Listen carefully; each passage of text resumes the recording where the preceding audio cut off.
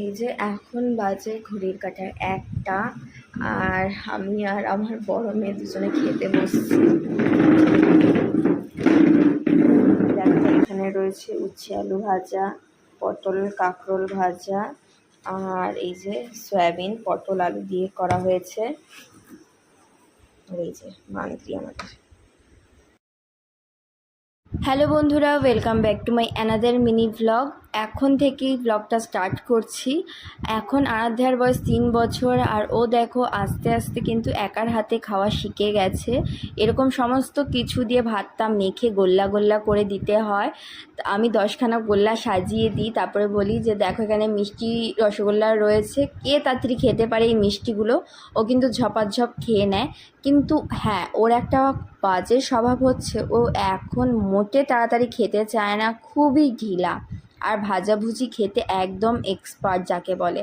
আলু ভাজা দাও, পটল ভাজা দাও, মানে ভাতের থেকে আগেও ভাজা খাবে। আমার মনে পড়ে যায় সেই মুখে ভাতের কথা, যখন ওই 5 রকমের ভাজা দিয়ে ভাত দিয়ে যে থালায় সাজিয়ে দেয়, সর্বপ্রথম আমার মেয়ে ওই থালা থেকে একটা পটল ভাজা তুলে ডাইরেক্ট মুখে, মানে কোনো দিকে আর দাওয়া দেওয়ার সিন নেই, ডাইরেক্ট আগে মুখে ভরি কী আছে না আছে।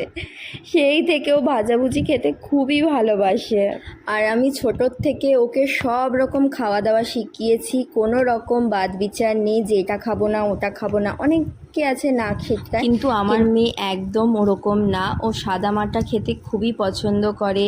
ডাল ভাত থেকে শুরু করে কলা চটকে, দুধ দিয়ে ভাত, আম দুধ ভাত, তারপর খিচুড়ি, এই সমস্ত খেতে খুব বেশি ভালোবাসে। এরকমভাবে ভাতটা ভালো করে মেখে দিই, তারপর আস্তে আস্তে দেখি সবটাই খায়। আর যেহেতু 2 দিন পর স্কুলে যাবে, সেক্ষেত্রে নিজেকে একা একা খেতে শিখতে হবে। এখন থেকে রোজ এভাবে ওকে একা একা খেতে দিই। দেখি যতটা পারে একা একা খাওয়ার চেষ্টা করে, আর বাকিটা নয় আমিই খাইয়ে দিই। আর প্রত্যেকটা দিন ওকে খাওয়ার সময় বকতে হয় যে পুকু তাড়াতাড়ি খা, তাড়াতাড়ি খা।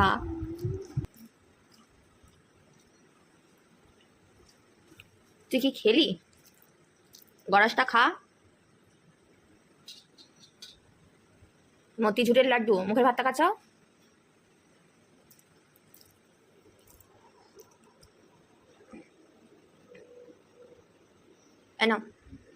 তা বন্ধুরা, আবারও তোমাদের সাথে দেখা হবে। ভালো লাগলে একটা লাইক করো, কমেন্ট করো, আর হ্যাঁ, সাবস্ক্রাইব করে আমাদের পাশে থেকো।